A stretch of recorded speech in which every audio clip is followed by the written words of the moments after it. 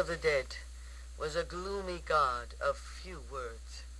Mortals feared him so much that they did not dare mention his name, for they might attract his attention and he might send for them.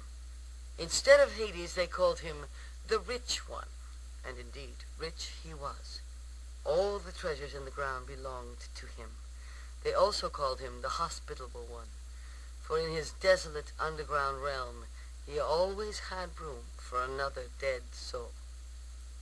Hermes guided the souls of the dead down to the brink of the river Styx, a murky, stagnant river that flowed around the underworld. There Hermes left them in charge of the ferryman Charon. If they had money to pay for their fare, Charon sent them across. If not, he refused to take them, for he was greedy. Those who could not pay had to wander about until they found the pauper's entrance to Hades. That is why when a man died, his kin put a coin under his tongue. Sooner or later, all mortals came to Hades. Once inside his realm, they whirled around forever, like dry leaves in a cold autumn wind. Cerberus, the three-headed watchdog of the underworld, stood at the gates. He let the dead souls enter, but once past his gnashing teeth and spiked tail, they could never go out again. Hades lived in a dark and gloomy palace with his ice-cold queen, Persephone. She was beautiful, but as silent and as somber as her husband, for she wasn't happy. She had not come to rule the joyless underworld of her own free will. She had been kidnapped by Hades.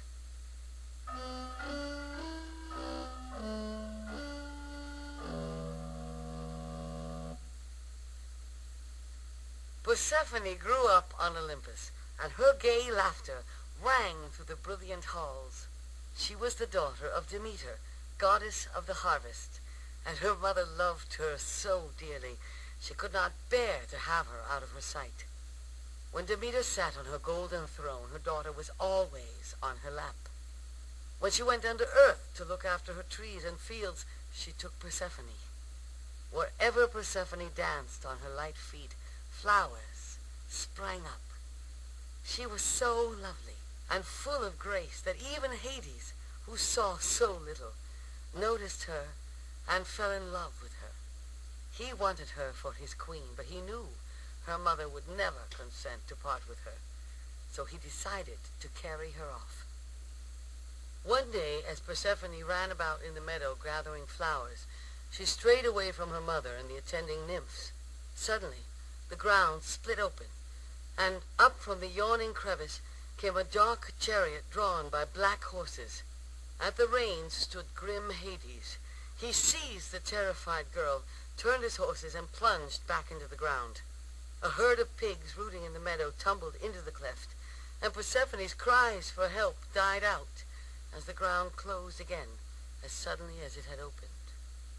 Up in the field a little swineherd stood and wept over the pigs he had lost, while Demeter rushed wildly about in the meadow, looking in vain for her daughter, who had vanished without leaving a trace. With the frightened girl in his arms, Hades raced his snorting horses down away from the sunlit world. Down and down they sped on the dark path to his dismal underground palace. He led weeping Persephone in, seated her beside him on a throne of black marble, and decked her with gold and precious stones. But the jewels brought her no joy. She wanted no cold stones. She longed for warm sunshine and flowers and her golden-tressed mother.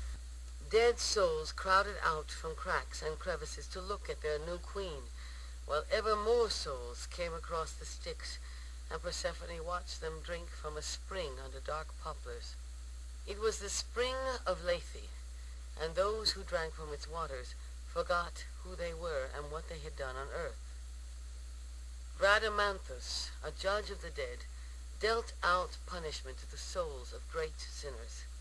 They were sentenced to suffer forever under the whips of the avenging Erinyes. Heroes were led to the Elysian fields, where they lived happily forever in never-failing light. Around the palace of Hades there was a garden where whispering poplars and weeping willows grew. They had no flowers, and bore no fruit, and no birds sang in their branches. There was only one tree in the whole realm of Hades that bore fruit. That was a little pomegranate tree. The gardener of the underworld offered the tempting pomegranates to the queen, but Persephone refused to touch the food of the dead. Wordlessly, she walked through the garden at silent Hades' side, and slowly her heart turned to ice. Above, on earth, Demeter ran around searching for her lost daughter, and all nature grieved with her. Flowers wilted, trees lost their leaves, and the fields grew barren and cold. In vain did the plow cut through the icy ground. Nothing could sprout, and nothing could grow, while the goddess of the harvest wept. People and animals starved, and the gods begged Demeter again to bless the earth, but she refused to let anything grow until she found her daughter. Bent with grief, Demeter turned into a gray old woman. She returned to the meadow where Persephone had vanished, and asked the sun if he had seen what had happened, but he said no. Dark clouds had hidden his face that day.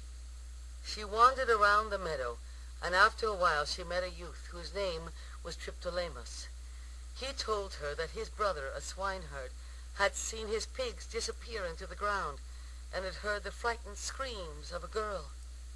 Demeter now understood that Hades had kidnapped her daughter, and her grief turned to anger. She called to Zeus, and said that she would never again make the earth green if he did not command Hades to return Persephone. Zeus could not let the world perish, and he sent Hermes down to Hades, bidding him to let Persephone go. Even Hades had to obey the orders of Zeus, and sadly he said farewell to his queen. Joyfully Persephone leaped to her feet, but as she was leaving with Hermes, a hooting laugh came from the garden. There stood the gardener of Hades, grinning. He pointed to a pomegranate from which a few of the kernels were missing. Persephone, lost in thought, had eaten the seeds, he said. Then dark Hades smiled. He watched Hermes lead Persephone up to the bright world above. He knew that she must return to him, for she had tasted the food of the dead. When Persephone again appeared on earth, Demeter sprang to her feet with a cry of joy and rushed to greet her daughter. No longer was she a sad old woman, but a radiant goddess. Again she blessed her fields, and the flowers bloomed anew, and the grain ripened. "Dear child," she said, "never again shall we be parted. Together we shall make all nature bloom." But joy soon changed to sadness, for Persephone had to admit that she had tasted the food of the dead and must return to Hades. However, Zeus decided that the mother and daughter should not be parted forever. He ruled that Persephone had to return to Hades and spend 1 month in the underworld for each seed she had eaten. Every year, when Persephone left her, Demeter grieved. Nothing grew, and there was winter on earth. But as soon as her daughter's light footsteps were heard, the whole earth burst into bloom. Spring had come. As long as mother and daughter were together, the earth was warm and bore fruit. Demeter was a kind goddess. She did not want mankind to starve during the cold months of winter when Persephone was away. She lent her chariot laden with grain to Triptolemus, the youth who had helped her to find her lost daughter. She told him to scatter her golden grain over the world and teach men how to sow it in spring and reap it in fall and store it away for the long months when again the earth was barren and cold.